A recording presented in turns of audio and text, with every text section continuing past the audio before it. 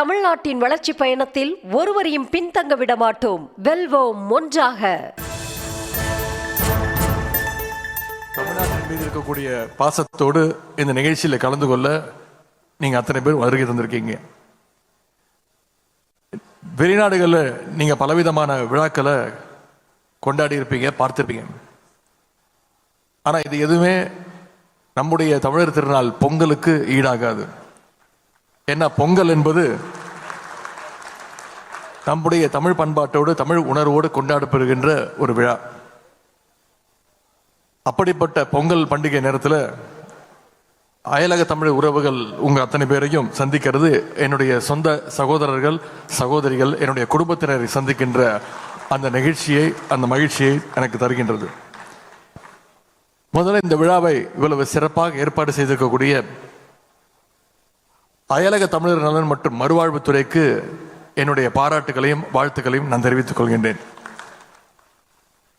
அயலக தமிழர் தினத்தை நம்முடைய திராவிட மாடல் அரசு ஏற்பாட்டில் கடந்த 5 ஆண்டுகளாக நாம் சிறப்பாக கொண்டாடி வருகின்றோம்.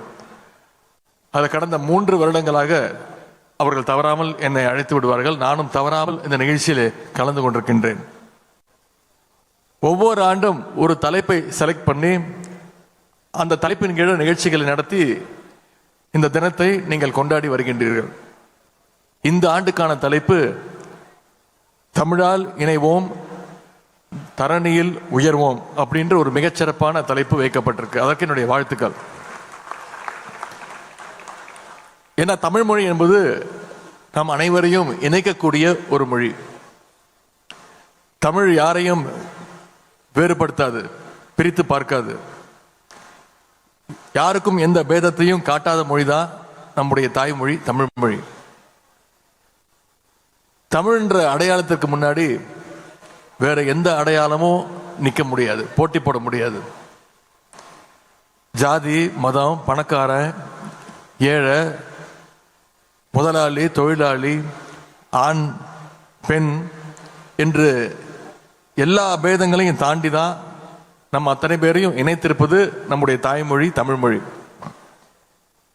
அப்படி நாம அனைவரும் தமிழால இணைந்ததால தான் இன்னைக்கு தரணியை வென்று கொண்டிருக்கின்றோம்.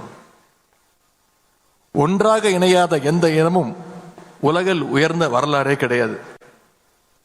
அந்த வகையில் உலகெங்கும் வாழக்கூடிய தமிழர்களை ஒருங்கிணைக்கக்கூடிய அந்த பணி என்பது மிக மிக முக்கியமானது.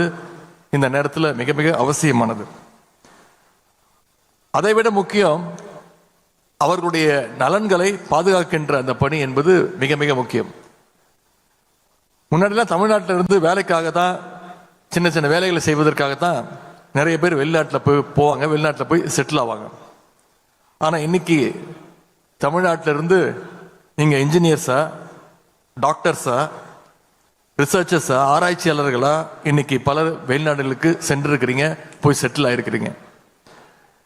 தொழிலாளிகளா போன காலத்துல குடும்பத்தை இங்க விட்டுட்டு தனியா போய் அங்க இருப்பீங்க.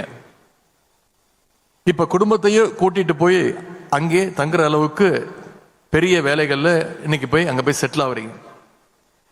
இந்த வளர்ச்சி என்பது தானாக நடந்த ஒரு வளர்ச்சி அல்ல. இந்த முன்னேற்றத்துக்கு பெயர் தான் நம்முடைய திராவிட மாடல். இப்படி குடும்பத்தோடு வெளிநாட்டில் வசிக்கும் பொழுதுதான் தமிழ்நாட்டிலிருந்து இன்னும் அதிகமான எதிர்பார்ப்புகள் நமக்குள்ள உருவாகும். அதை உணர்ந்துதான் நம்முடைய மாண்பு முதலமைச்சர் அவர்கள் அயலக தமிழர் நல வாரியத்தை முதலாக தொடங்கி வச்சாங்க. இதுல இன்னைக்கு சுமார் 32,000 பேர் உறுப்பினர்களாக இருக்கிறீங்க. இதன் மூலம் அயலக தமிழர்களுக்கு பல்வேறு இனிஷியேட்டிவ்ஸ், பல்வேறு முன்னெடுப்புகளை நம்முடைய திராவிட மாடல் அரசு, நம்முடைய முதலமைச்சர் அவர்கள் தொடர்ந்து செயல்படுத்திட்டு வர்றார். இந்த வாரியம் உங்களுக்கு பல உதவிகள் செய்தாலும் அரசின் சார்பாகவும் அயலக தமிழர்களுக்கு கொடுக்கப்படுகின்ற ஐடி கார்டு, அடையாள அட்டை என்பது ஒரு மிகச்சிறந்த முன்னுதாரணம். இந்த அடையாள அட்டை என்பது அயலக தமிழர் தின விழாவை தொடக்கி வைத்த பிறகு துணை முதலமைச்சர் உதயநிதி ஸ்டாலின் உரையாற்றி வருவதை நாம் காட்சிகளாக பார்த்துக் கொண்டிருக்கிறோம். விவரங்களை பின்வரும் செய்திகளில் பார்க்கலாம். தமிழ்நாட்டின் வளர்ச்சி பயணத்தில் ஒருவரையும் பின்தங்க விட மாட்டோம். வெல்வோம் ஒன்றாக.